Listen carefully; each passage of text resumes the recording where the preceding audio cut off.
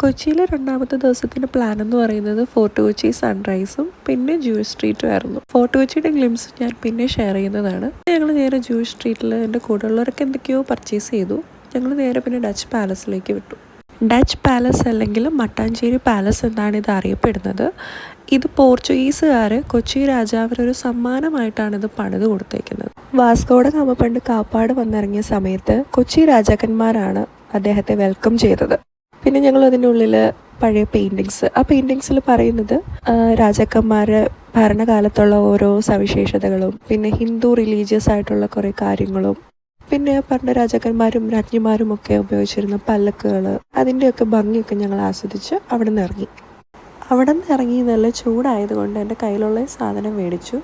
പക്ഷേ അത് വേറൊരാൾക്ക് നല്ല രീതിയിൽ ഉപകാരപ്പെട്ടിട്ടുണ്ട്. അവിടെ നിന്ന് നമ്മൾ നേരെ പരദേശി സിനഗോഗിലേക്കാണ് പോയത്. സിനഗോഗെന്ന് എനിക്ക് ആദ്യം കേൾക്കുമ്പോൾ എസ്ര ഫിലിമും പൃഥ്വിരാജും ഒക്കെ എനിക്ക് ഓർമ്മ വരുന്നത്. അവിടുത്തെ ജ്യൂസിൻ്റെ കാര്യങ്ങളും അതിനകത്ത് കുറേ ഞങ്ങൾ സ്പെൻഡ് ചെയ്തു. ഈ സിനഗോഗ് എന്ന് പറയുന്നത് ഏതാണ്ട് ഒരു 400 വർഷം പഴക്കമുള്ള സിനഗോഗിൽ നിന്ന് ഞങ്ങൾ നേരെ ചെക്കൗട്ട് ചെയ്യണമായിരുന്നു. അങ്ങനെ ഞങ്ങൾ നേരെ ഹോട്ടലിൽ പോയി ചെക്കൗട്ട് ചെയ്തു. അപ്പോഴെല്ലാവർക്കും ഒരു ആഗ്രഹം ഉണ്ടായിരുന്നു വാട്ടർ മെട്രോയിൽ കയറണം എന്ന്.